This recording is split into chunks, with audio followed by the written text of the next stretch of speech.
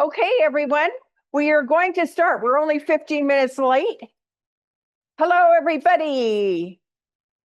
Good morning. Good morning. I'm Lori from Lori's Country Cottage. If you haven't met me, a lot of your faces I recognize, others I don't, and you maybe are new here. Anyway, I of course have my notes as I always do because I don't remember past here. So it tells me I need to welcome you and tell you who I am. So I'm on track. We are doing this on Zoom as well, and you can see what's happening up there on Zoom. Hopefully, I've got everything set with some help, and I'm sorry I didn't even get your name. Maya, thank you. Maya was my little tech helper this morning. She may be hired. Anyway, we're going to hopefully have this go through smoothly. Smoothly. Anyway, we got 52 pages of inspiration there for you. Everyone has a brochure or has seen it. Yeah, you don't? Okay. We have black and white brochures because as per usual, my ink ran out when I to print brochures. And so black and white brochures, because you get to see the sample in real. You can see the brochure online. You can also download it from there. Each of the instructors will share their classes. You can take a look at their samples. Velma is going to try to move around the room and show the sample up there. So if you need a closer look, be inspired and maybe tempted to try something.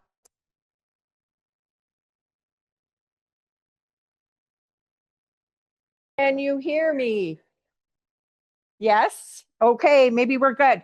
Okay, I'm Lori. Remember, Lori's Country Cottage. 52 pages. I should get you to do it now. All kinds of inspiration. Each of the instructors will come out and show you or tell you about their things. We put their things all on the wall this time.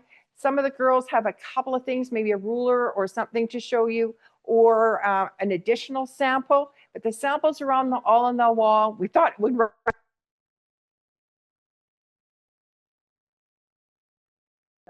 Good morning, everybody. My name is Anita Armstrong, and I've been working here since January, and I absolutely love it. And I see a few faces of people who've taken my classes. I do art quilts, and I'm teaching 4 classes, but 2 of them are the same. So I'll talk about the mosaics and the raw edge applique in a second, but the one that I'm going to talk about on fun animal pics. This one I had to do because it's my little girl, but I've got one here of a squirrel that's on a statue, and I'm still working on finishing him and going down. I have another one that I'm working on at home. It's a donkey that's braying, but you can see his teeth. And so just having some fun. Having said that, if you prefer to do something a little bit more yes, you're very welcome to take it. The difference between this class and the other classes is that in animal antics, I can focus on eyes and then noses, which is really hard to do. So I have to watch it, then I can applique. So they actually, Zoom call is free. Yeah. But if you're there in Pardon? I know. Okay. I just muted her. Okay. So I hope she was saying nice. The animal antics is the one that I'm doing 2 classes. So there's a Wednesday, I think it's Wednesday or Tuesday afternoon class. And then there's also going to be in January a Sunday class for those who are working. I know people have already talked about the Sunday class and it's going to fill up fast. So if you're interested in it, I suggest starting to sign up soon. So the second one I want to talk about is the fusible raw edge applique. This is a quilt, and it is actually a picture that I took April 1st in Las Vegas. And if you look closely at the crowd, I blurred the crowd because I didn't want to have to get permission to put their picture in my quilt. But it is jerseys from the Knights and from the Oilers. And because faces are really hard to do in raw edge applique, I recommend trying to avoid them. Or if you have pictures of people that you want if they're not looking directly at you, those are easier to do. So because he's looking up into his eyes, I couldn't get it. So what I did is I just used my printer and I printed on vinyl and I did the background and his face.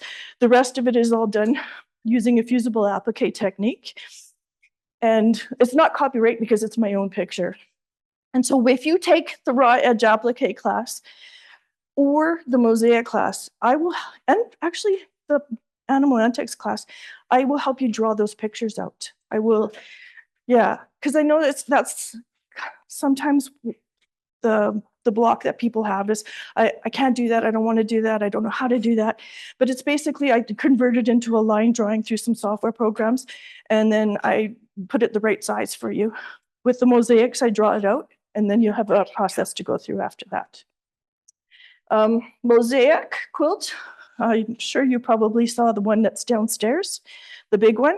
That was a quilt that took me 4 months to do.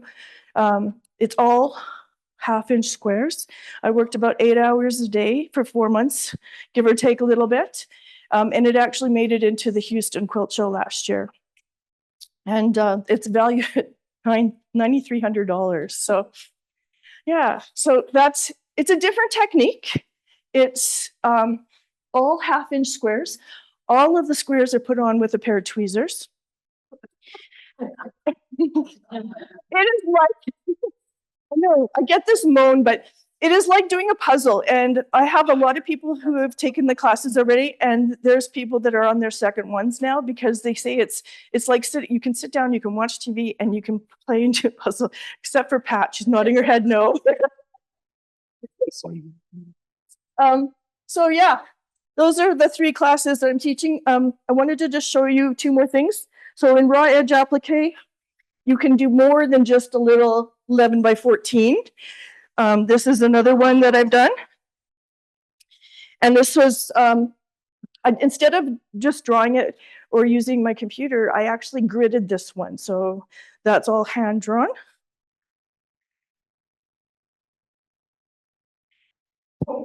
And there are other applications as well. This is not exactly a quilt, but it is raw edge applique.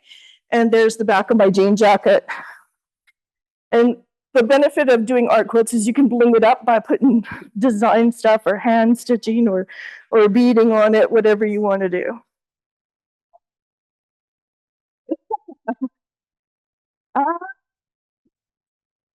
To be honest with you, I started this one the night before I left for Houston, and then I got it done. So I do love raw edge applique is my favorite, and they're all sort of a form of raw edge applique in a way, because I'm not putting seams in.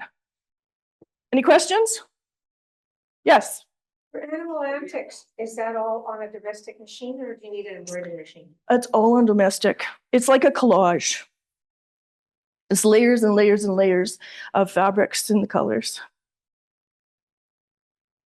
Any other questions?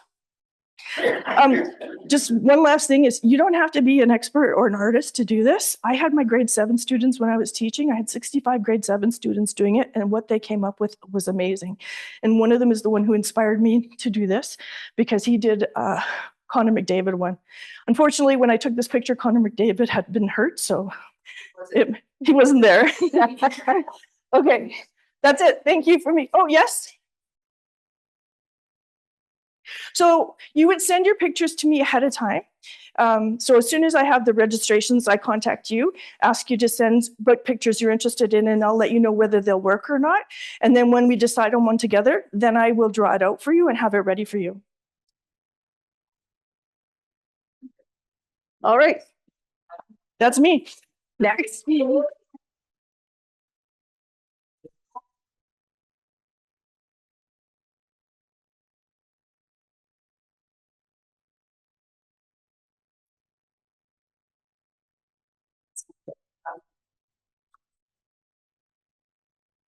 Well, that's a hard act to follow.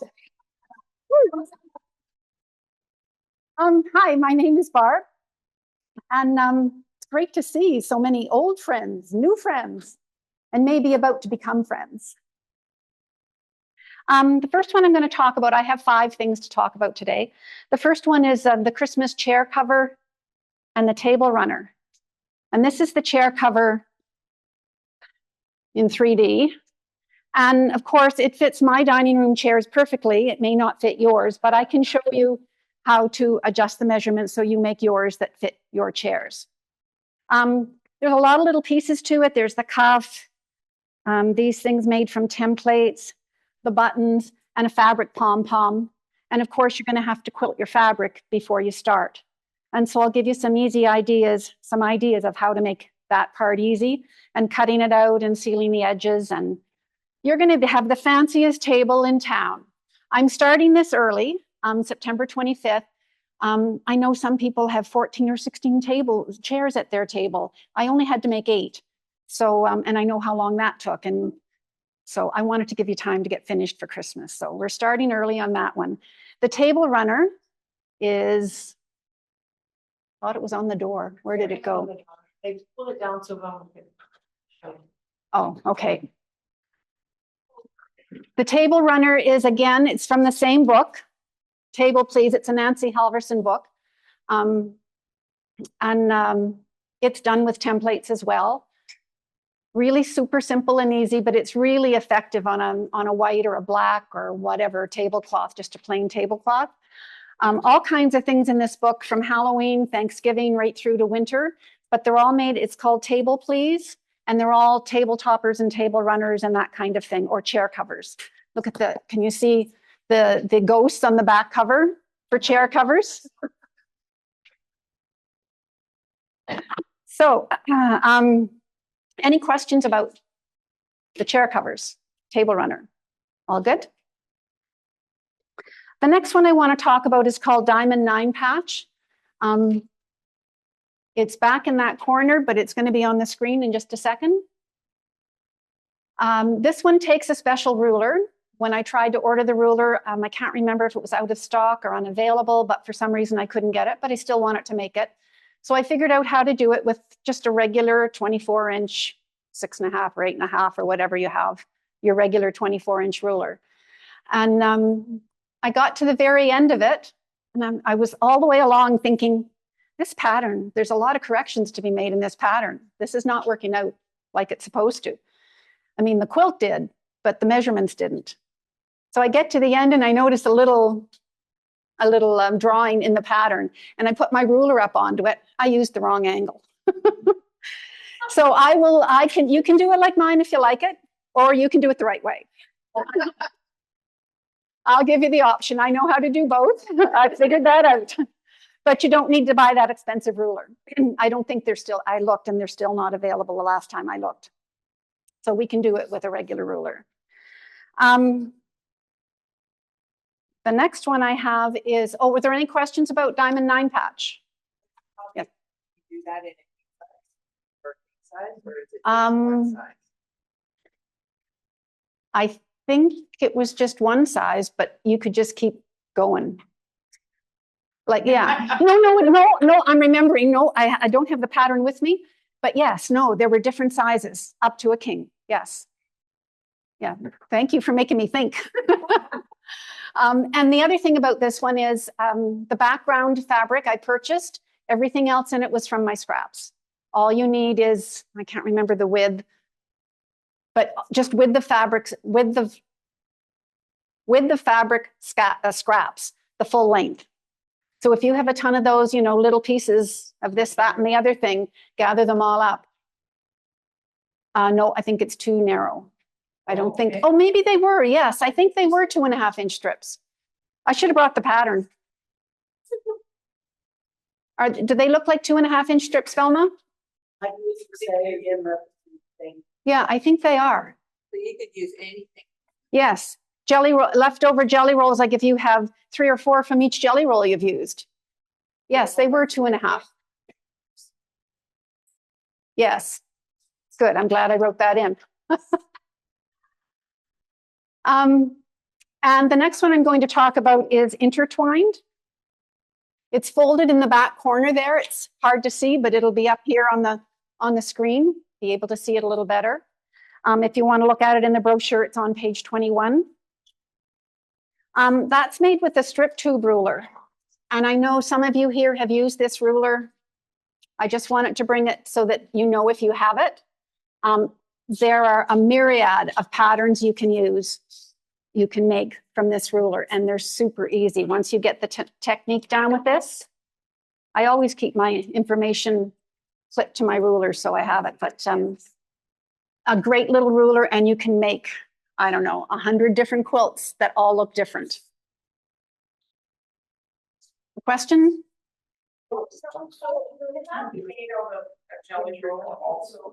Intertwined? Yes, that is definitely a jelly roll. And you would start with a jelly roll or your 2.5-inch strips that you cut, and then get a coordinated fabric for the pinwheels and the borders. So I use light blue and dark blue in mine. That one, I wouldn't do that one again. It's too busy for me. That was my fault in choosing the jelly roll that I chose. Now I know better. I wouldn't choose, and I wouldn't recommend you choose a jelly roll that's that busy. That can be made in anything you want. Anything you want. And it's really, really pretty when it's a little more muted. I agree.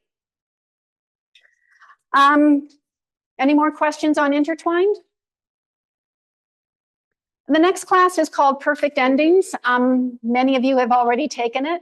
It's a class I've been running for years, and somehow people keep registering and filling it up. It's meant to help you finish quilts that you've got quilted and you're afraid to tackle the binding because you just can't quite remember what you were taught in that first class a couple of years ago or 10 years ago or whatever the case may be. So we go over all the binding techniques, diagonal seams, mitered corners, joining the beginning to the end of the binding with a seam. What else do I have here? Lots of stuff. A hand stitch. I know lots of people don't like to hand stitch their bindings on the back, but if you want to do that, it looks beautiful when it's done with an invisible stitch, and I'll show you how to do that nicely. If you don't want to do that, you can make a 2-color binding. There's probably lots of quilts around here that have one with a little flange of color, and that one doesn't require any hand stitching, so I'll show you how to do that. I've had every class I teach, I have at least 1 or 2 people in it that only took the class to learn how to do that, that 2-color binding. How to make continuous bias binding, how to close the opening in the bag lining. You know, when you turn your bag inside out through the lining and then you have that little hole, how to close that up with an invisible stitch. How to make a hanging sleeve so that it totally disappears when the quilt is hung. And lots more. So if you're interested in something like that, that's 1 full day. You're going to make your own samples. So I'll give you a list a couple of weeks ahead of time, what you'll need to bring, what kinds of pieces of fabric, what sizes. It's on November 28th, and it's 1 full day. We do everything, no orientation, no.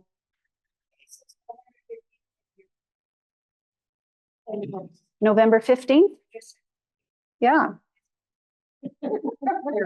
What do you have?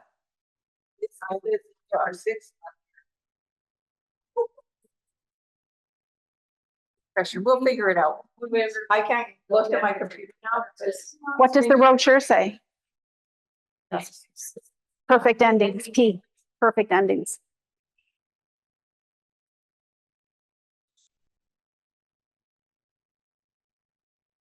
This November 15th. Hope I'm available. I'll have to go home and check that. I don't know where I got the 28th. I thought I got it from the brochure. My mistake. The last one I want to talk about is called Twisted Illusions, and it's the one at the very back behind Velma. And that one is made with a little ruler that looks like this. And these crosshairs that are crooked show you where to put the ruler, and it's kind of twisted, and you cut it out just all along the 4 sides, and then you get that block after you've prepped your fabric first.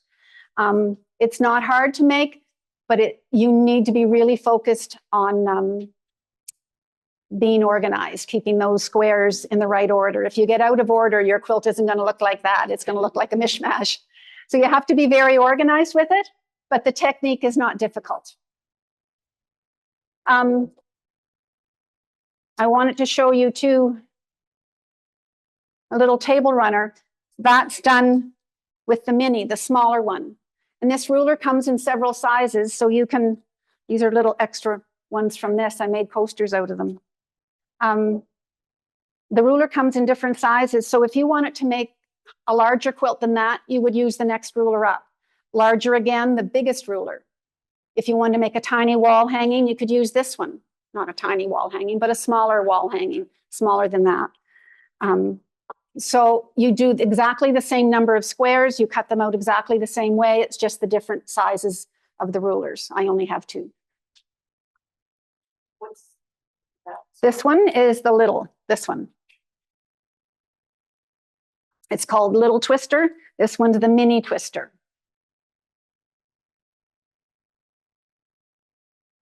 The ruler now comes in 6 sizes. So, and there are lots and lots of patterns to use this ruler that are gorgeous. Like, I just love that. And I like all the patterns done with these rulers. I love them all. Any questions about Twister? No? Anything else? If you've taken it before, you just want a refresher. Rather than having little samples, and bring something that you want to finish. You can, except we're only going to spend a limited amount of time on each step. So if you're doing a whole quilt binding, you have to know that we're going to be moving on to hanging sleeves and things that you're not interested in. Do you know what I mean? But if you want to come as a refresher and do that, sure. Yeah, but just know that we're going to be doing other things as well. Yeah.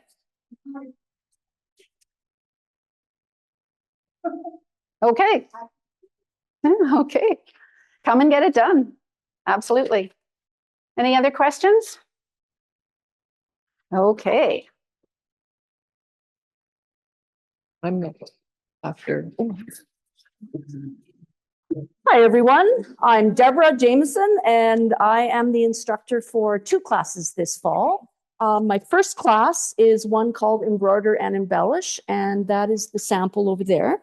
That black quilt with the sort of jewel tones things, you need, first of all, I'm a slow stitcher. I like projects that take me a little while, and it doesn't bother me that I could start something 10 years ago and finish it this year.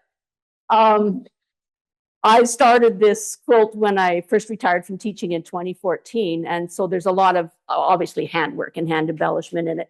And I had all of the blocks made and then couldn't find a source of black velveteen or black baby cord until Velma rescued me and brought me in a bolt of black baby cord so I could finish the quilt. We're not making that quilt in the class. We are making projects of your interest that are going to get you started on a journey of a project. And you can choose to do something long like that, or you can choose a much shorter project. So you'll notice in the brochure that I've said that this is an intermediate course, all right?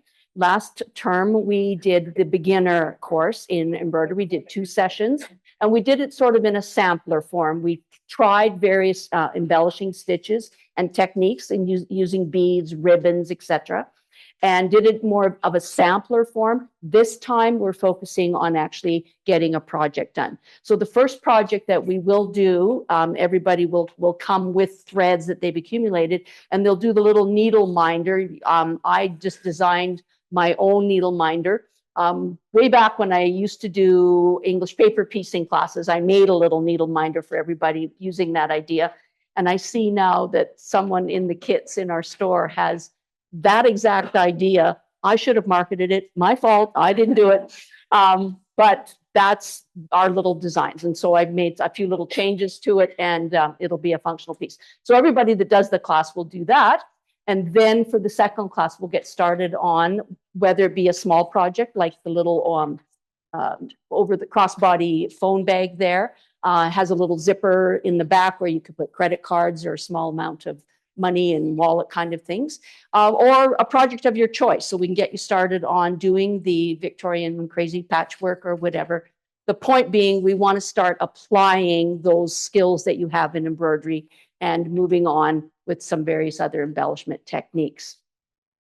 I don't anticipate that you will finish your project that you start in the 2-3 hour sessions that we have. but you'll certainly get a good start. And of course, I would provide the instructions on how to complete whatever it is you've chose. And we can always consult. Any questions about that? You don't have to have taken the first class, Joanne. As long as you feel comfortable threading a needle, putting a knot on the end of it, okay? And, you know, like, because I know you've done English paper piecing like crazy, so I have no worries about that, right? So just know that the focus is not going to be on like learning 30 stitches like we did in the last 2 classes, right? We will review the ones that are necessary to put that little project together. And then I can just quickly review any that you want to learn, right? Plus we have all sorts of book resources now that, you know, to show you different embroidery stitches that you might be, you know, interested in learning, right? Okay, for sure. So that's why I called it intermediate. If you take the course, just know that we want you to feel comfortable threading a needle, putting a knot on the end of it. And, you know, I'll show you how you can look at the book and teach yourself how to do a stitch if it's something that you're not familiar with, all right? And of course, we'll always review any of the stitches that we're using to work on that little project. Any other questions? No? Okay, and then the second course that I'm going to do this year is going to be a focus on, and it says learn to sew. Now, you're all here because you all know how to sew, right? Like it's, you know, okay. So, so I know that like for this first time that I'm offering this course, I might not have that many people in it, but I wanted to scoop in those people that want to start at point 0 and learn how to sew. All right. So my emphasis is on your machine should be the one you are using. You learn to use your machine. And so we're going to start off right at like turn it on and learn to thread it. All right. If you already know how to do that, that's great. Right. But we want to give those people that want to seriously learn this to start this journey of sewing. All right. Start the capacity to start at point 0 and not feel embarrassed or intimidated by the fact that there's people in here that are, you know, making art quilts and things like that, right? So the first class is going to be getting to know your machine. I already have some little projects ready to go. I want people to feel comfortable just jumping in, learning to do buttonholes, learning to put in a zipper. And like a lot of people are afraid of zippers, and there's no need to be if you take it from a non-threatening kind of, it's just going into a zip bag. It's not my grad dress, right? Kind of thing, right? Okay. I was a teacher, a high school teacher, and I have many grad dress stories that I can relate. So we'll start off with learning some of those basic skills, and then we'll jump into garment sewing. I want you to know the course is not emphasizing pattern alterations for the perfect fit on your body, all right? So we're starting off with garments that are easy fit. There's a lot of forgiveness in the amount of fabric that's around your body. And of course, we can alter for you know, a short stature or a tall stature, things like that, a slightly wider hip, whatever. But we're not going to be doing alterations where we are really seriously getting into fitting darts and things like that. So just that's not the stage that you're at if you're learning to sew garments. The first garment that we'll sew is a pair of pajama pants. It can be pajama shorts, it can be capris, it could be relaxing pants, it could be whatever you want. I did my sample as a child set of pajamas, but the point is it's a pant that has a casing at the waistline. You can choose to put a drawstring in that will help you practice your buttonhole techniques, making a casing, making the drawstring, making a combination of those things, putting patch pockets on, putting inseam pockets on, all of those techniques that are just general things that happen in a garment. Learning to sew a regular seam for a garment. A garment seam is not a quilting seam. They are two very, very different things. There have to be things that happen so that that garment can go through the washing machine regularly. There's also ways to improve the inside appearance of your garment, French seams, that kind of thing. So a pajama pant can have a myriad of garment techniques in it. and really teach you quite a lot about garment sewing. And of course, you'll hem it and do things. Once we've done the pajama pants, you should do a top of some sort. And I chose a pajama top. Coming from a high school background, pajamas were always a really good project for that grade 10 student to do, because you don't go out in public in your pajamas. And so if they weren't perfect, right? If they weren't perfect, it was still fine, right? It didn't matter, right? I chose flannel because it was really a forgiving textile for not slipping and being able to just, like, usually they're printed and they just hide any little variations in your seam width and things like that. But Lori just helped me order some really beautiful, stable knits that I think would make a beautiful lounging pant. And so we can look at that if you don't want to use flannel. Like, it is really, really a beautiful blend. Anyways, in the top, then we're looking at making a basic button-down top, whether that be like a bowling style shirt for your favorite husband or your favorite grandchild or whatever. I can't say I have a favorite husband, but my husband can say he has a favorite wife because he has been, like, he has a divorce, right? So I hope I'm the favorite anyways. It's going to involve a collar, a shirt collar, a set-in sleeve, or a raglan sleeve, depending on the pattern you choose. Learning how to put a pocket on that if you wish, or like a breast pocket or a side pocket. Setting in the sleeves, doing buttonholes, doing a buttonhole placket, sewing those buttons on in a straight line and getting the thing to look really good. Facings, those little things that make the inside of your garment look better. And then, of course, again, regular seams and French seams that always make things look a lot better in terms of the finished appearance of the inside of your garment. So it's, you're welcome. Like you don't have to be a beginner. If you want to learn more about garment sewing, absolutely, everybody's welcome. But I want you to know that I am going to start from point zero with those people that want to come in and have the opportunity to learn from point zero. So you have to just have some patience if you're beyond that with your own sewing machine. But I will make you learn how to put in a zipper and how to, you know, thread your machine properly, thread your bobbin properly, sew properly, use the machine to its greatest extent. So to that end, you need to have a sewing machine in good working order, all right? And it would be really great if you had the presser feet that are on your machine that are needed for putting in zippers and doing buttonholes, and then just regular sewing.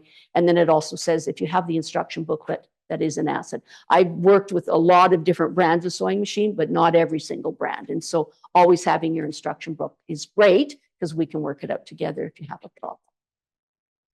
Any questions about that? Yes. It is. Yes. So I start, like the Saturday that we start is our day to get our materials together, all right, and to get all that purchased and stuff like that. And I will have the list of every possible project you can make.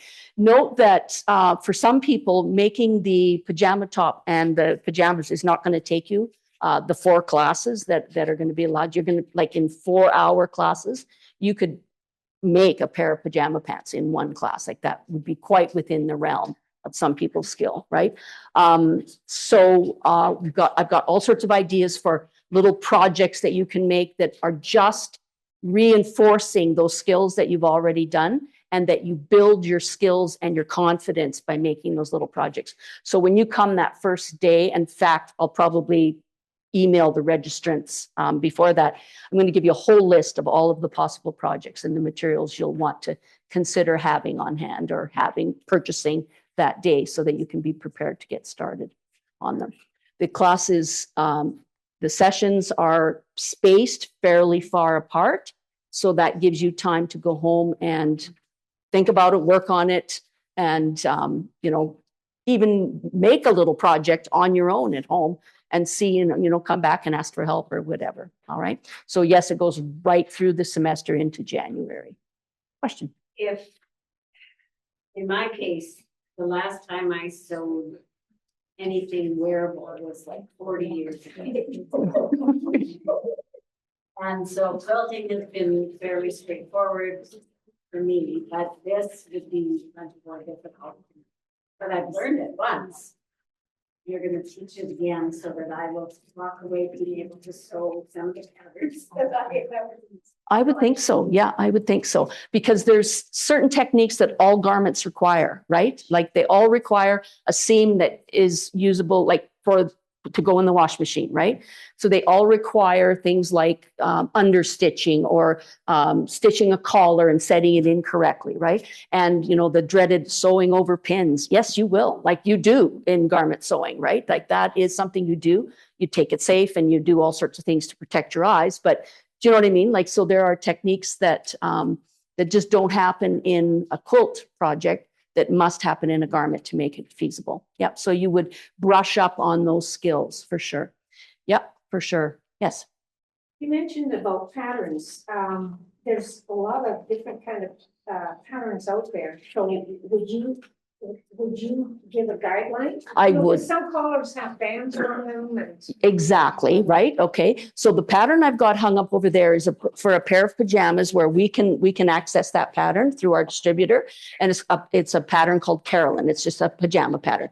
But I also have in my possession a lot of copyright-free patterns, especially for children's sizes, because they, first of all, a whole bunch of, well, first of all, our big four pattern companies, have you noticed? They're gone, right? Okay.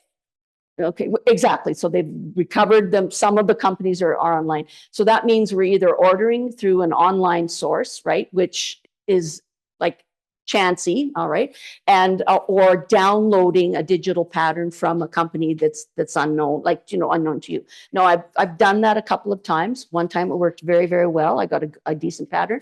The next time I wasn't quite so happy with it. So it's very hard for me to say, oh, just go ahead and download this pattern, because I can't recommend it not having used it. So I've resorted to drafting my own pattern, so copyright free, right? And we'll do our best to set you up with a pattern that looks decent. There is a timeline, though, that we've got to have in between being able to order the pattern and get it. If you're willing to download, great. If not, we have to figure out a way. That's why that Carolyn pattern to me is just a good start. It's got the basic structures that we want to have. And there's nothing that says this initial top and bottom that you make has to be for you. So if you want to make it for someone in your family, right, then you have the opportunity to make it and to get the skill, and then you can hunt down patterns that you like the looks of, right? So we're starting very, very basic, and you have to know that, right? We're not doing a whole bunch of nuances as far as shaping and design and stuff. They're very boxy, okay? All right. And hello, my name's Gail. And my favorite class to teach is the basics of quilting, fun and finished. So this is the quilt that we're going to be making during the course. The course consists of 6 different classes. And if you've been wanting to learn to quilt, but you don't know where to start, this is the course for you. Or if you've not quilted for many, many years and you feel you need a refresher, this is also the course for you. During the class, we will learn to read a quilting pattern. You will piece together your quilt, learn the basics of rotary construction, rotary use. You will learn how to properly attach borders. We have one class that we dedicate to making binding samples that you can keep for future reference. You learn how to navigate the corners of the quilt with your binding. You learn how to attach your binding ends together, and you can choose if you would like to hand stitch your binding or use the machine bound method in your quilt. So it's 6 classes altogether, and in the 6th class, your quilt will have been quilted already, and we are going to trim the excess batting and backing and put the binding on the quilt. And you probably won't get it all sewn on if you're doing the machine method, but that's all you'll have to do when you go home. And there you have a quilt, done and finished. Any questions about the basics class? The other ones that I'm doing this session are called Sit and Sew. So that's just basically a 6-hour sewing session where you can work on anything that you want. I'll be here sewing along with you, and you can ask me questions. So if you're taking other classes and you have homework that you need to work on for the class, or if you want to get a new project started, or you want to pull a UFO out of the deep depths of the abyss, as in my case, because that's what I'm sewing is some of my UFOs. This is a great class. Bring a lunch, have lunch as you're sewing along, and it's just 6 hours of dedicated sewing time on a product that of your choice. I did learn how to talk last month, but this month must not be so good. Any questions about that? Yeah. And I never prepare what I'm going to say ahead of time. I always just ad lib while I'm there. Yeah, okay. That's my basics of quilting quilt. Yeah. The thing that I found most interesting in that first course was that different fabrics looked so different. Everybody in the class, it's just like a unique. If you're taking this class, I have made another one of this pattern, and I will be bringing it to the first class to show you.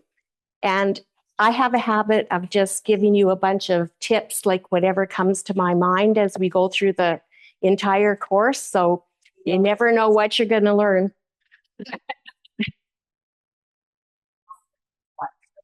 Yeah, I offer it once per session. So this same quilt is going to come up again in the next session too.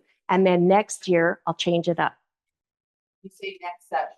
So January? Well, basically the middle of January is the end of this session. And then the next one goes mid-January till June. So it'll show up again. And it'll be on a weekend. Okay, any questions? Yep. No, we do it at the first class. So at the first class, I give you a course outline, and there is a list of all the supplies that you will need to have for the class. We talk a little bit about the pattern, and then we go out and we shop. And you get to enjoy a 20% class discount on your first class day. Yeah. Hi, my name is Laura. I do machine embroidery here at the store classes. What I'm offering this time is the sampler bouquet. It is by Hoop Sisters. It has a lot of different techniques, quilting in the hoop. You have to have an embroidery machine with a minimum hoop of 5x7. You have two choices, like a 5-inch square or an 8-inch square. I had fun making this one. I actually did it because we changed how we were going to present it. So I had to quickly do my sample, and I managed to get it in 5 days, I believe. All the blocks done with a sore back. And then I came and I held it up for Velma, and it was like, oh crap, I screwed up a block. So if you look, there's a butterfly that's heading north. Or I guess that would be north and west, maybe one or the other, but yeah. Oh, yeah. I'm really good for doing something wrong, and it'd be 3 years later. It's like, oh, damn, I fixed that one. Yes. It's an Amish thing. Yeah. So, and then the other one that I offer every session is just Machine Embroidery Club, where we come and we're on whatever project you want. Like if you haven't finished that quilt yet, then you could come to Embroidery Club and work on it all day, and or any other project that you're working on. So anyhow, any questions? That's it for me. Hello. I'm Lori F., if you don't know me. So I'm going to introduce you to a couple of my classes, and then I'm going to introduce you to Lisa's classes because she wasn't able to be here today. So the first one is Crimson Christmas, right over here against the wall. I fell in love with this quilt when I saw it hanging on somebody's wall and just was like, oh, I have to do this one. And I'm really glad I did. It was a lot of fun to make. We're going to be using this 60-degree ruler, the diamond ruler. And It looks really complicated, but the ruler just makes it so easy. I had a lot of fun making it, made a lot of mistakes. Mostly because I was so eager to get to the next step, I didn't read the instructions very carefully. So there's a lot of ripping out in this quilt. But I did it so you don't have to. That's my attitude on it. We also are going to kit this up. So if you're interested in taking the class, there's a lot of fabrics. I think there's 23 fabrics in this. And it's a lot of little cuts. Like none of them are massive pieces of fabric other than the background.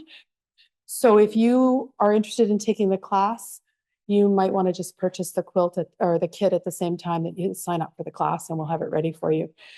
But it was a lot of fun to pick out the fabrics as well. So, all right. Any questions? Yes. What is the cost? Of the kit, we haven't calculated the cost yet. Okay, so if you're interested in the kit, you let us know, and then what I'll do is I'll ask Carolyn to let me know when they're ready to go, and I can contact you. Okay, all right. Yeah. Oh, and by the way, interesting thing about this: no Y seams. No Y seams. Which, if you've ever made a quilt that has Y seams in it, one of the mistakes I made was to put the first poinsettia together. All together, and once you do that, you have Y seams. So then I had to rip it all out. So you do it in strips, right? Okay. Second thing is the reversible gift bag, which I did last year. The one in the back with the Grinch fabric was the one I did last year, and that follows. They're all based on a Japanese pattern for a Japanese rice bag. And they literally are reversible. So you can flip them inside out. You could do Christmas fabric on the outside and hearts on the inside, and then just use it for Valentine's Day as well. I did one out of Christmas fabric on the outside and then kind of a birthday Barbie pink fabric on the inside for someone. And that worked really well. This is done in the traditional method, as is the gray one in the back. I did a slightly different closure on that one. So instead of the big long cord, it has a shorter cord with beads on the end. And the closure at the top is the same. And then because I just bought myself a very creative tool. Linda and Deborah together. I decided I really needed to make grommets for one of them. Because I'm going in. So this one here I made with grommets. Yep. And I've used some cord with it instead of fabric and just kind of played around with it a little bit. But very similar concept, perfectly reversible. Yeah, so we'll do that one. Any questions about the gift bags? It's a really quick one-day class. Super easy. Yes. The store has a very creative tool that you can use when you're in the class. Yes. So you just have to buy the grommets. But it's a lot of fun. And I asked for them to get grommets in red and white and green. Figured those would be sort of the basic colors that people would want. Maybe silver or gold too, maybe. Yeah. So we'll see about that. All right. And then Lisa's class. So I'm going to just put my Lisa hat on, and I know I should have brought glasses, but anyway, Lisa's words that she typed out for me. She says, I started offering Zoom retreats during COVID, and our very first one had 38 sewists from all across Canada. Later, after running a collage class, I realized how well Zoom retreats work, especially since it can be hard to find time for a full weekend in the classroom. Students loved it because they didn't have to haul all their supplies into the store. Instead, they just set up in the comfort of their own home and worked in their own sewing space. You might think it would be tricky to give and receive feedback online, but it isn't. Students send me photos. I share my screen so everyone can see. Together, we offer ideas and suggestions. The best part, we chit chat, laugh, and it feels almost like we're all together in person. During the retreat, you're welcome to work on any project you like. It's simply dedicated time for sewing or whatever it is you want to do. And sometimes being in a Zoom class even makes family members think twice before interrupting your creative time. We've all had that problem, right? You're free to come and go as you like, but I'll be present the whole weekend to cheer you on, offer feedback, and keep the fun going. So please join Lisa for a weekend of sewing, laughter, and connection right from your very own home. Okay, any questions about that one? I'm not sure I can answer them, but maybe someone can. Okay, thank you. So I was Anita about an hour ago, but now I'm Lori. So just imagine me with blonde hair, a little short. And so Lori's going to be teaching the log cabin. And yes, as in Grzanich. So she's got a couple of log cabin examples over there. And what she says is you can use any of the log cabin trim tools, the 6-inch, the 8-inch, the 12-inch, curved, wonky. There's lots of patterns available if you're interested in doing it from a pattern. It works great for all fabrics and all colorways. It's also really good for scraps. Now, I've done a lot of quilts, but I've never done a log cabin, I mean, as Anita. And so I'm actually going to be taking this class because I have a really cool idea that I want to try. And she gave a couple of extra samples to share. I'll just show you real quick.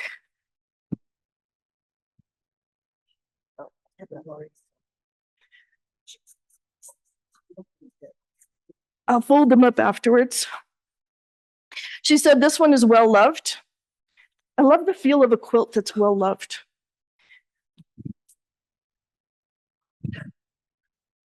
And one more. And the sewing on here is amazing. But it just gives you an idea of the different kinds of log cabins that are possible, right? It's a 15. So that's her log cabin quilt. And if you take it, I can sit next to you.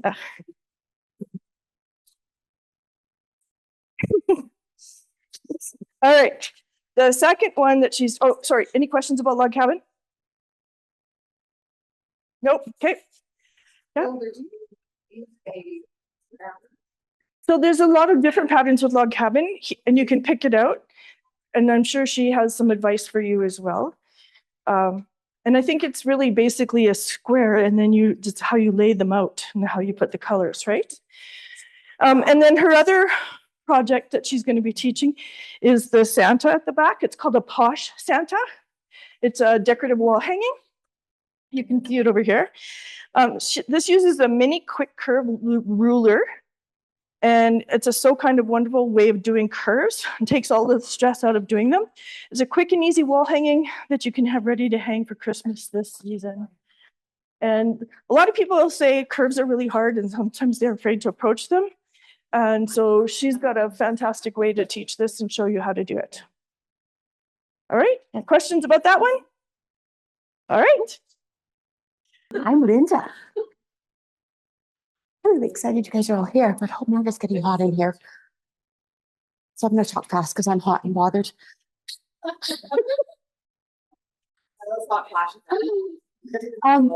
So this session, I'm going to be doing 3 different things. So one of the things I'm going to be doing for some of you beginners who maybe would love to do a rag quilt. Use my big girl voice? Yes. 3 classes, big girl voice, rag quilt. It's the blue one up on the wall. So it's very simple. Oh, I'm sorry. You're starting over there. Oh, goodness. So I thought we were doing alphabetical. So R-A-G-R-O-P, right? You had your bowl. So I did have my bowl. And my rulers. So rag quilts are very easy. They've been around for a while. They're very simple to make. I chose to make mine out of flannel, but you could make them out of cotton if you wanted to. You're basically just sewing your layers together. And now all of our seams are on the outside as opposed to being inside. So we're sewing our top, our batting, and our backing together all at once. Or you could just do 3 layers of flannel if you want without the batting. So we'll talk about, the first class, we'll just pick out some fabrics. We'll talk about how to cut your fabric, and then I'm going to send you home with some homework. Then when you come back, we're going to sew our squares together. So we're just going to do some very simple straight lines. Then after we get our straight lines and our blocks all made, we're going to put our blocks together. Then we're going to talk about our fancy little rag snips and why we need them. We're going to snip them and we're going to sew it all together. We're going to wash it and it comes out looking amazing. So that's about rag quilts. So if you're a beginner and you'd like to do something fun and kind of simple, you could do that. You don't have to make it that big. You can make it smaller if you'd like, but they're very fun. And you do it next session. Like in afterwards, yeah, we could do that. I'm just not here in October. So That's okay. It's good to plan ahead. Yes. You're welcome. Okay. You said you can use anything that's cotton, really, Right. No. Because like it's a textile and cottons are tighter woven, where flannels are a much looser weave. So that's why you get that fuzzy, lovely little texture, right? Because when you wash them, they fray. Really lovely. What about jeans? Because I hear a lot of people wanting to make rag quilts out of jeans. Yeah, and rag quilts out of jeans are really heavy.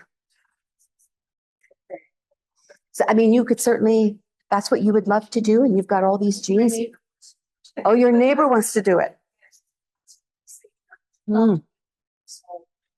Yeah. I don't know how they would fray. I guess it depends on the denim, right? Because some denims are much denser than other denims. They might be, right. Probably be little curls. Yes. Like with cotton, little curls instead of. Okay. That kind of the fuzzy looking kind of thing. So if you want the fuzzy look, you have to do the flannel. Sorry. Yes. The denim. Right. Yes. And Wonderful. It's. Yes, that. Yeah. That's really hard to hear questions, answers, and I know we're all excited. I can see you hear it. The denim frays quite well, as long as it doesn't have the spandex in it. So when you're purchasing, I get a lot of blue jeans gifted to me. Your husbands have worn them out, there's holes wherever, and I cut around them and I make my squares and away I go. I do put flannel, I do not put batting in it. Right. And then I take it to the laundromat to wash it and they're right. Great. Okay. Thank you, because I personally have not made one out of denim, so thank you. Oh. Okay, good to know. Any other questions? Okay, so R-A-R-O.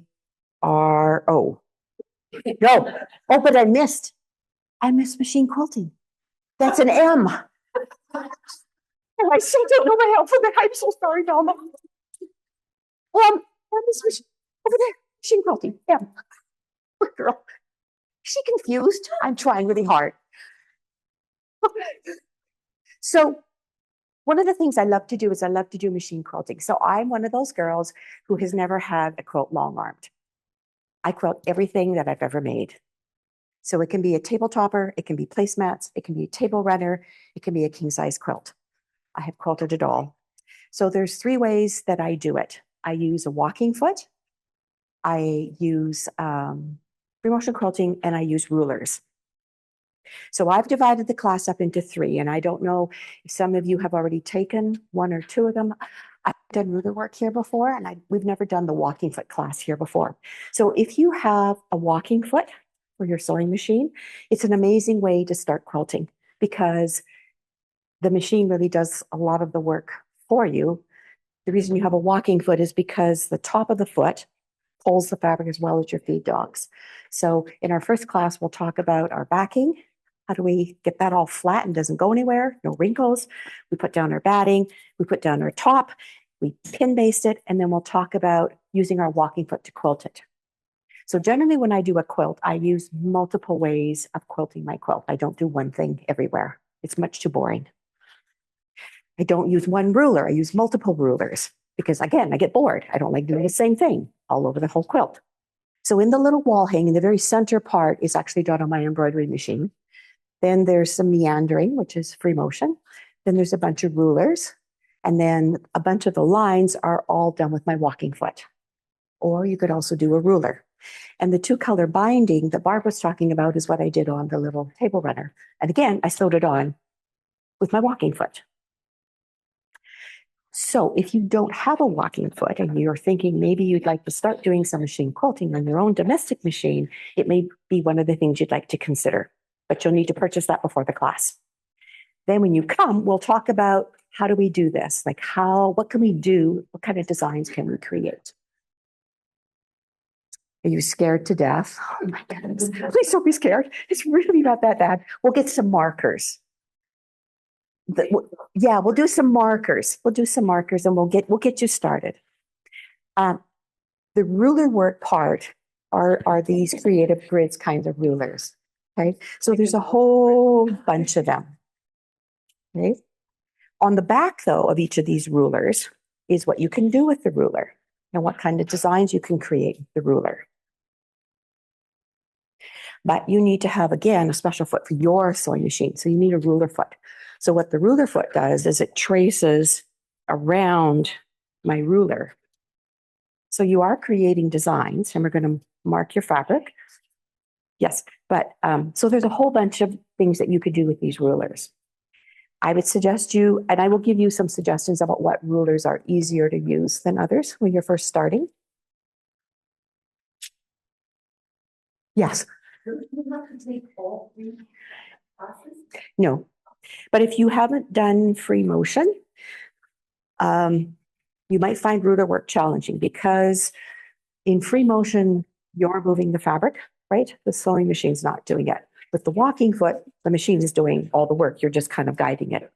When you do ruler work, we're combining free motion quilting and a ruler. So you're not only moving the fabric with your hands, but you're also holding the ruler at the same time. So that's why I would pick something little to start with and pick a design that's simple. Pick something that you like, because there's nothing worse than trying to do something that you really dislike. So I will give you some suggestions for some rulers to start with that I think are simple and that could get you started doing some ruler work. So you need a ruler foot to do to use the rulers. That's considered a halter foot. No.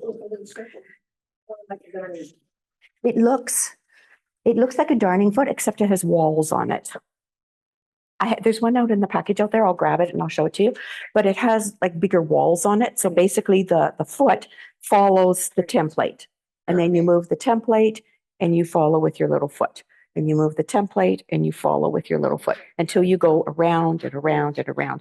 So in my little sample, there's probably 3 or 4 different rulers I used to create those designs. Have I confused you completely? Not yet. Should I keep talking? A question about the walking foot. So yes. Some of the new machines come out with a latch you hook onto your foot, right. And then it. Right. So that's called dual feed. Right. That is with that. You still need a walker foot? Yes. Oh, you do? Because it's it usually has dual, walking feet usually has 2 little things that jump, where a dual feed is just one thing at the back that clips into an existing foot. So it's just sort of pulling in the center only. Where the walking foot is dual prong. So it's got 2 little jumpy things on the top, and then you've got your feed dogs underneath. That's very technical language, wasn't it? Jumpy thing? Yeah. I know you all got it. I don't know. Like I know what my machine has. I don't know. You would have to ask about your particular make and model. Per se, walking foot. Well, my oldest machine that's over 40 years old that my husband uses has a walking foot. Yeah. But he bought it separately. He did not have it when he inherited the machine. So it depends on your machine, I guess is what I'm saying. So it depends on your machine. Yeah, no, I have a machine that has a walking foot, but I also have one with dual feed. So I haven't sold the other one yet. Can they get me? Maybe, because if we're done talking about machine quilting, we're done? No other questions? Okay, we'll talk about bowls. So there's 2 bowl classes. So those of you who end up deciding to get a walking foot, you will use your walking foot to make the bowls. You don't have to, but it will make bowl making easier. So we're going to do 2 classes with bowls. We're going to start with basics because the first thing we need to do is make a flat bottom or a flat runner. So over on the wall, I made a little trivet and I made a little table runner thing that I wrapped with fabric. So the whole idea is so that you get used to working on a flat surface and that your trivet, your little placemat or table runner is actually flat, not round, bowl shaped. Once we've figured out the flat, because remember we're sewing cord or rope, so it's not flat, it's circumferential. What's that word? Circumferential.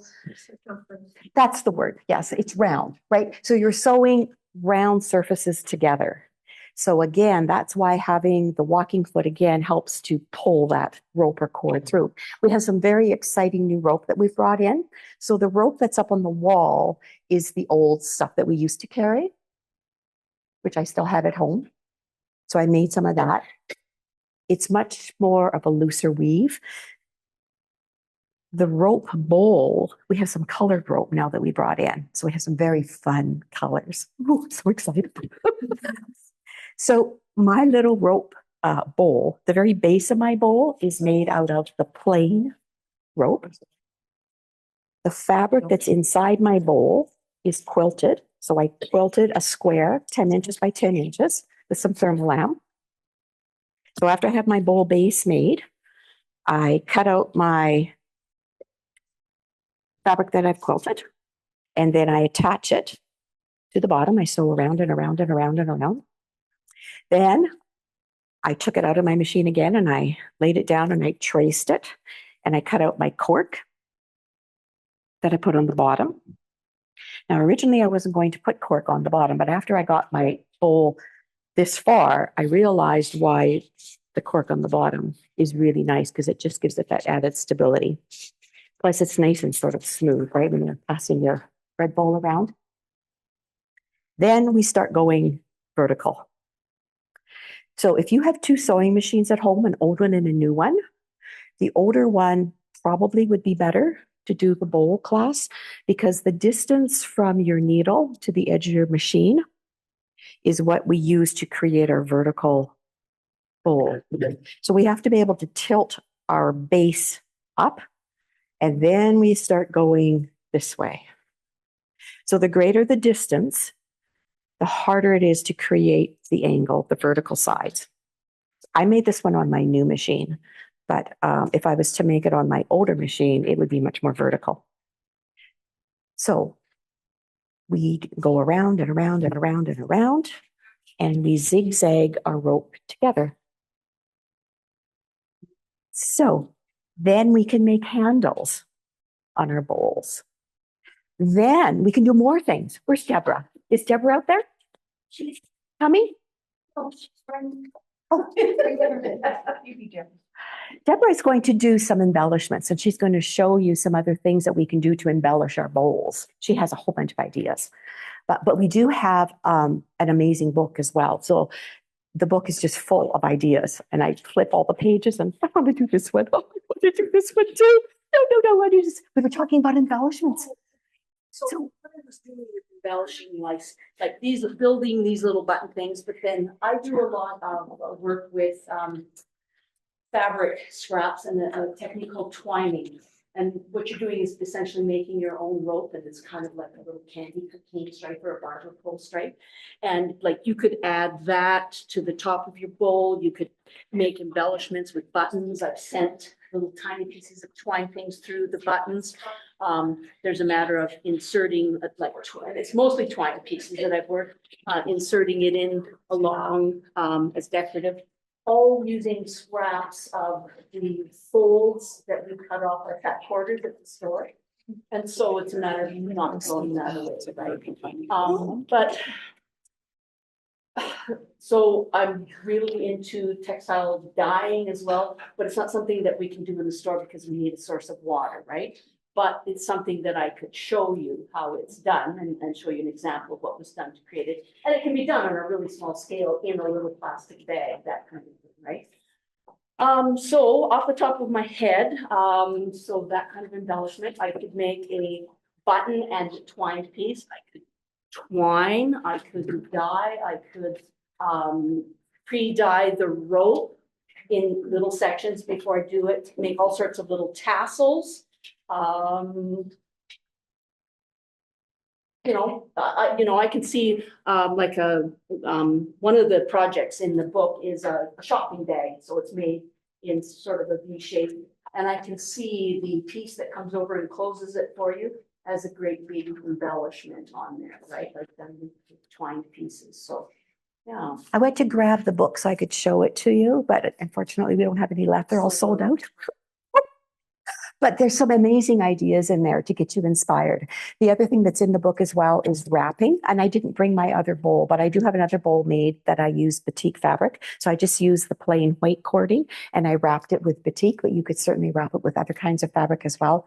That reminds me, I've also wrapped hard beads with twine pieces, and then those beads can go in there. So it's, if you're a child of the 70s, as I was, my mother did macrame like crazy, right? And so I've got all those big wide beads to still use. And so that's another thing that can be done just to you could imagine a bead in an open space kind of thing. So yeah.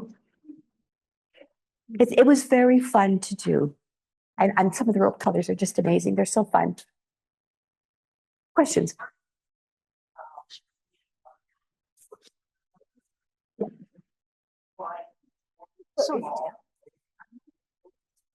No, this rope is 3/16, and I believe that the other plain stuff is 3/16 as well that we have.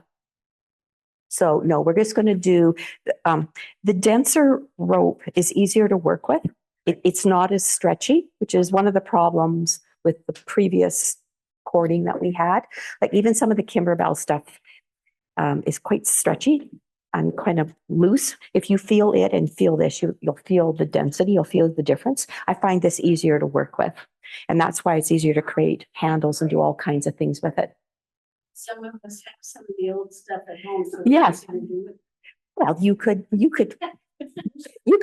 practice with it. And if you want to use it to do your bowl, I can show you how to cover it with fabric if you want to make a colored bowl. Just those of us that attend these presentations. Yes. Yes. Yes. Stuff. Oh, old stuff. Really? You have old stuff? Can't imagine. But yes, I can show you what to do with your old stuff because yes, absolutely. Yes. So we can take, yes, for sure. So we could take some of your old rope and we can wrap it if you would like in one color or different colors. I forgot to bring my batik one that I have at home, but that's what I did with it. So you wouldn't know what color's on the bottom, right? All right. All right, are we done? We're good? Okay. Thank you. I didn't miss my hands. You weren't anything else. Well, good morning. I think it's still morning. Yes. I'm one part of the bag ladies. This time around, Jamaica is taking a break. So this one is all on me. So I have 3 different classes that I am doing. The first one is the cork tote. It is shown as an intermediate class, something that we hadn't done in our previous ones of just working directly with cork and quilting the outsides. We also have piping on the inside for the handles, which was something new for us as well.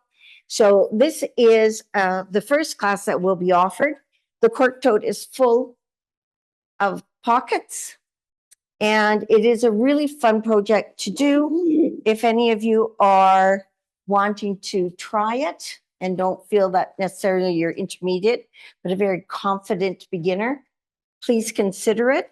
One of the things that we had never done before that we've done in this is that the bottom is all hand stitched into the bag. So that was something new for us as well. Don't get too close on that hand stitching. Our threaded cans don't do a great job of it, but it is a fun bag to make. It is something entirely different than what we had done previously. So that is the cork tote. The other thing is the little lilac messenger bag. Now, this bag is good for a beginner or anybody else. The thing about this bag that I was really excited about is it will give you the opportunity to try out new products that you may not have done before. So this, of course, is the vinyl. You could do it in cork. We have a lady that brings in wool. This one is done with wool. And all of them are easy to make, but it'll give you an opportunity to try all sorts of different things. This doesn't have a handle because if you did more than one in the same color, you could have the handles be changed around so you only have the one handle. This one I've done a little bit dressier for myself. Most of mine are pretty casual. So if I'm going out, I can just use this one. And let me tell you, they hold a lot. I'm a grandma. I can tell you, they hold a lot. I have my glass case in there, my wallet, my phone, you name it, it's all on one. Also gives you the opportunity to try out different closures. This one's magnetic. This is the turnstile. So if you haven't done some of these and you're interested in trying something new and exciting, but in a fairly easy bag, this is a great class. I think it'll be really fun. And of course, it'll be done in the one day. You also have a zipper pocket in the back to hold a phone. My phone's older, so it's a little bigger. It doesn't fit in here quite as well as some of the newer ones, but we can change that by making the zipper a little longer in the back than it shows in the pattern. So those are the Lilac Mini Messengers. And they are a really, like I say, fun bag to make. The other class that we're going to be doing, and this is the third year that it's been offered, and I'm going to keep saying we because I'm envisioning another person next to me. The class is fun. This year we're offering some different things than we had prior. One of the things you'll see up there, it looks like a dog bone. It says Pip, that's my dog. It is to go on the floor. Is your dog too? No, it's just all right. This is our class presentation going on. It's called the last minute. So what it is just before Christmas, you're thinking, what can I do? If you've got dog owners in your family, like I do, that's something to put their bowls on. It has got the foam or soft and stable on the inside. So water in that is very repellent. It's a great one. The other items that are up there that are along that same vein, I call them the knick-knack sacks, or the little vinyl bags that we can make. But if you change them, you see that one up there, that's one of ours. It says, a house is not a home without a dog, but there's a clip on the end. So if you people take along dog biscuits or those, poo bags, you can just tuck those in. Those are part of our vinyl that we have, but I've just made it something different. If you go down a bit, the red, I guess you'd call it, item there is actually an I Spy book for little children. So I've taken all of our different flannels in the children's department, made them into an I Spy book. The ribbon on it means you can roll it up and tuck it away when you're finished, and it doesn't take up a lot of space. Of course, we've got some of the good standbys, the little table runner with the matching tree design napkins. We also have some more things that I haven't finished yet, but I'll be bringing into the class. One of them is called an art bag. So it's a bag, and on one side you have all the places to put pencil crayons, the other side, all the places to put markers. My granddaughter is 5 and spends every day of the week in the winter in a hockey arena because she's the girl and all the others are boys. So they're running from hockey. She loves hers. She can take it along with it. She's got everything when it's time to clean up. There's a place for everything and everything in its place. So those are just a few of the items that you can make in the 2-day class. It's a really fun class, and other people just bring in projects they're working on and share it with us. So it's an opportunity to learn from your classmates as well. So that's it. Any questions? Oh, what I wanted to say too is 95% of what we do here are free patterns here in the store. What aren't free patterns in the store are free patterns from my brain, which, you know, sometimes works well and sometimes doesn't. But I wanted to let you know that that was also another thing. You'll come away with a bunch of different patterns that don't cost you anything, and you've learned to have fun making them. Yes.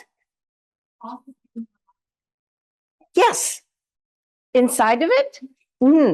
So there, I made this one colorful so you could see it. So there is a pocket inside. That actually is where I keep my phone because it's too, but I can't stress again how much this little tiny bag holds. And like I said, all the different things that you can create that you haven't used before. The cork, the vinyl, the wool. Okay. All right, ladies, thank you very much. Hi, everyone. Do you think it's because I'm the oldest on staff that I get to go last? That's not true. It's alphabetical. Oh, thank you. What I'm teaching this round is the enchanted quilt back there. I have called it my ugly quilt, but I'll tell you about that later. Have you ever had trouble putting curves together when you've got one going this way and one going this way, and they just don't fit? This ruler makes it much easier with a lot of pins and a little bit of glue, but you can make ovals with this ruler. You can make a full oval, as in the pictures here, a quarter or a half going either direction. And that's what we're going to learn about joining curves. If you look at the quilt, see the dark arcs, they're actually just made in quarters. Does that make sense? That you can see them? Okay, an excellent ruler. You do not have to purchase it because in the pattern, they give you a template. But let me tell you, it makes it much easier. Why I call my quilt the ugly quilt, and I've discussed this with Lori, I do not like the way my colors blend. So it's going to be one of those courses where I would like you to do what I tell you, not what I did. You can see that the main color is green. The purple jumps at me. It should blend better. That's why it's the ugly quilt. The girls on staff this morning, we were looking at it and they thought it was fine, but they thought it would be neat to do it in Christmas fabric because it almost looks like a Christmas ball. Okay. They're still laughing at me because of my ugly quilt. It is batik. It is batik. And of course, it's lovely to work with batiks because it doesn't matter which side you use. And you get a lot of blending in the batik fabrics that works well. And you can see there's a green section, there's a purple section, there's a gray section, but the other colors are worked into it. So it's nice if you can blend them better than that. Thank you. Thanks. Do you have any questions? No questions. Okay. Yours will not be the ugly quilt. Thank you. Well, who got inspired? Maybe take something you hadn't thought of. It's great to see what the girls all have to say about their projects and be able to ask them questions about sizes or rulers or ugly quilts or beautiful quilts. They've done it. When you hear all the ripping that Lori did, and how many times have we got ahead of ourselves because you're so excited to see the finished thing, and then you get it, and then, oh, I wasn't supposed to put it together like that. Yeah. That's a me thing for sure, because I don't read. I just, oh yeah, I got it, and away ahead I go ahead and do it. Anyhow, a couple of things still. The wrap up of all of this is registration. You have first dibs at registration. The order that you came, you booked yourself into the class presentation. I think Velma or whoever was at the door gave a number to all of you. That is your number for registering. We've got 2 girls in the back and till 2, which is our farther till by the bags. They will all do registrations. We'll leave the till 1 for other customers that are in the store just so we can keep everybody moving. Should go pretty quick. So we will call the numbers. You're welcome. You know, if you're number 1, 2, 3, you might want to be sticking around.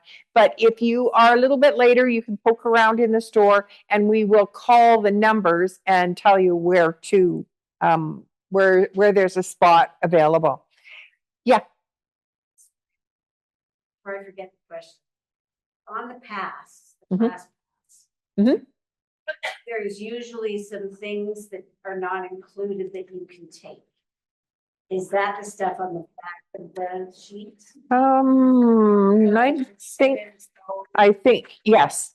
Events, the class pass is valid on classes, so classes. Events and club classes are clubs, right? Not included. Anita?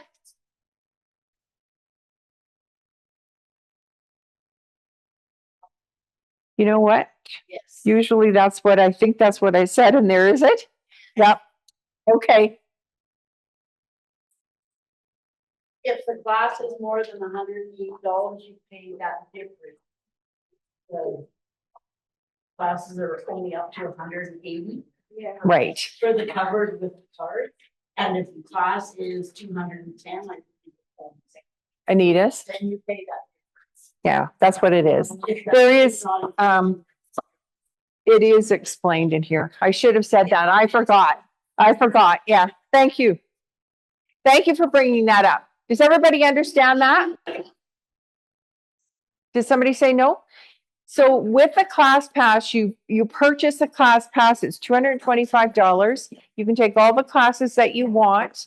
One class, if you took 3 classes, and one class was it's like $20 an hour. the maximum class amount is $180. If a class you want to do is 210, you just have to pay the $30 difference. Yeah, Okay. well, of course, I'm Yeah. an animal, so of course I'm. Sorry? There isn't one. It is just a common, so, I forgot to tell you about that. Going. I know, and I have a poster here somewhere. Let me finish this and can you, maybe you'll do that. You'll tell us about that. Okay, so I don't have a poster for it. I will tell you about that.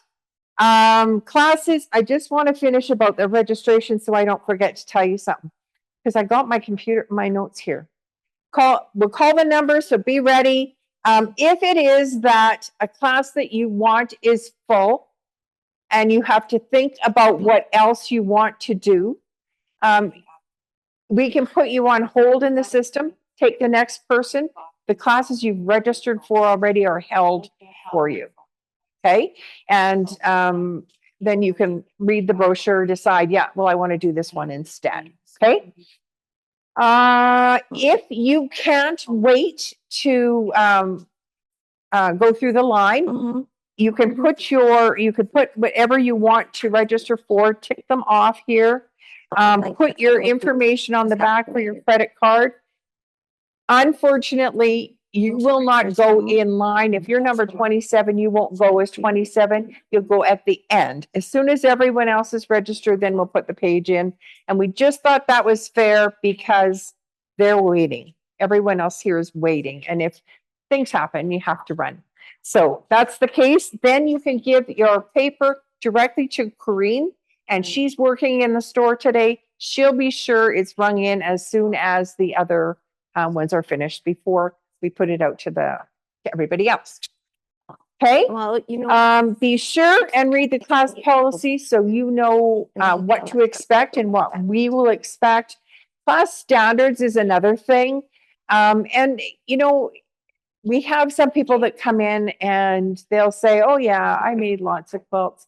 And they've made just squares. And you can see some of the things in here that if you started to do one of the other classes and all you've ever done is sewed squares together, you haven't had a beginner class, you may get frustrated. And we want you to walk away happy and successful. So if you're thinking that, I don't know if I can do that or not, there is the class standards.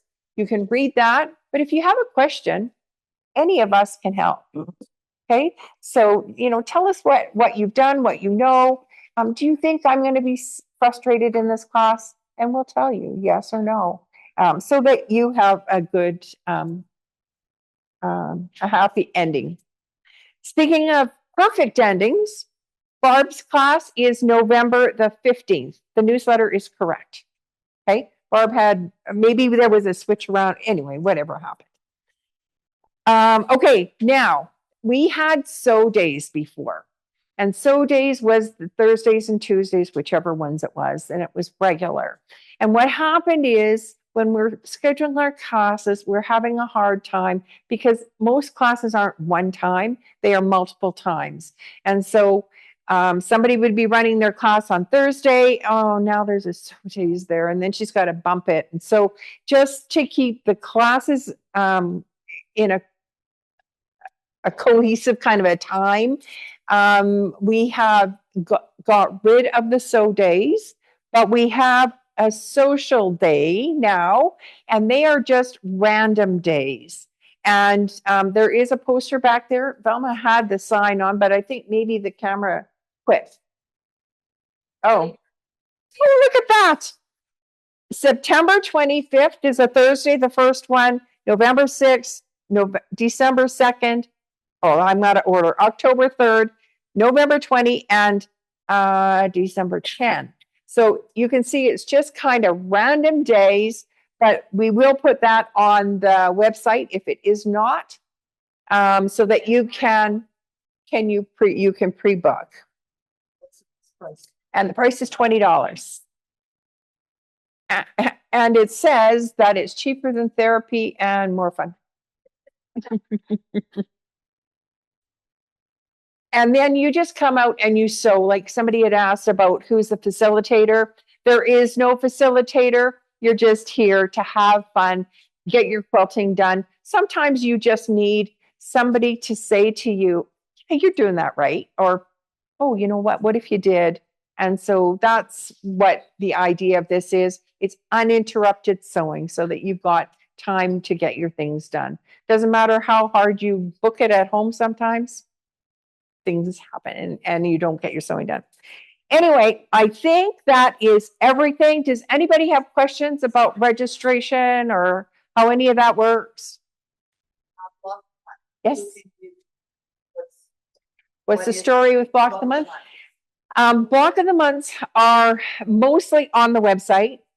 All the pictures about them and the explanations are on our website. We have a rack here of them, of the full kits. Now, the full kits, you can take a look at them. You can see the colors and all of that. And you can decide then if you want to do a full kit, if you're that get-her-done person that doesn't want to wait till next month, wants to get this quilt done before Christmas, then you can do that. You can buy the full kit. If you want to do the Block of the Month, it is a month. They are monthly programs. So they are budgeted so that it's the same amount every month.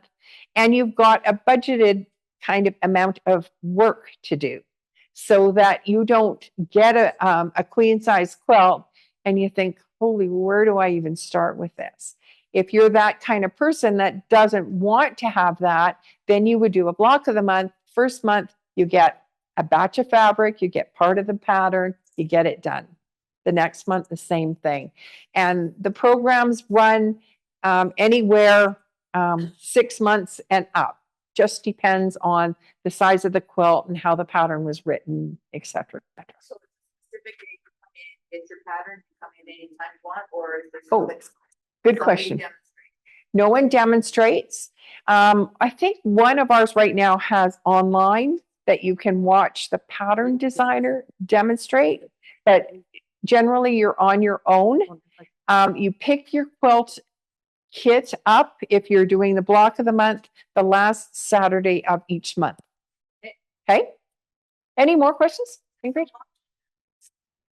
There is definitely, and that's mainly why they're online like they are, is that we do a lot of mail orders for block of the month. Probably, well, it's probably half and half, but we do a lot of mail orders just because it's a nice way to get everything is in there, and you don't have to worry.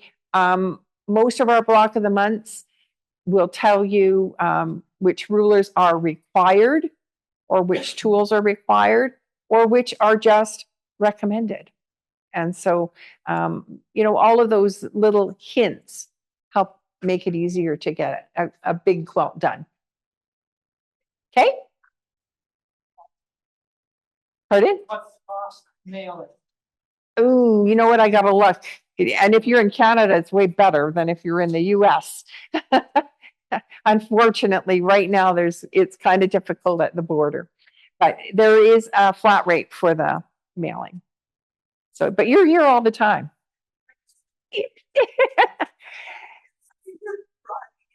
Yeah, sometimes you're very right. You've got to consider that. Even if you're just in Edmonton, to drive in, sometimes it is just as economical to get it mailed.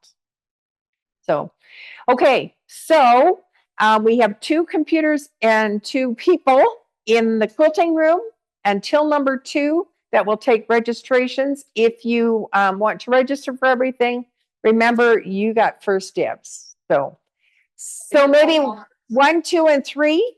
1 can go up there, 2 and 3 this way, and then we'll start hollering at the next ones. Calling out the next ones. So that is the end of our presentation. I hope you can still hear me. It is pretty noisy in here. Thank you all for watching, and hope to see you all in classes. Bye-bye. I had a question here, registration out of town. You can call in after 3, and you can go online and register at 5 o'clock.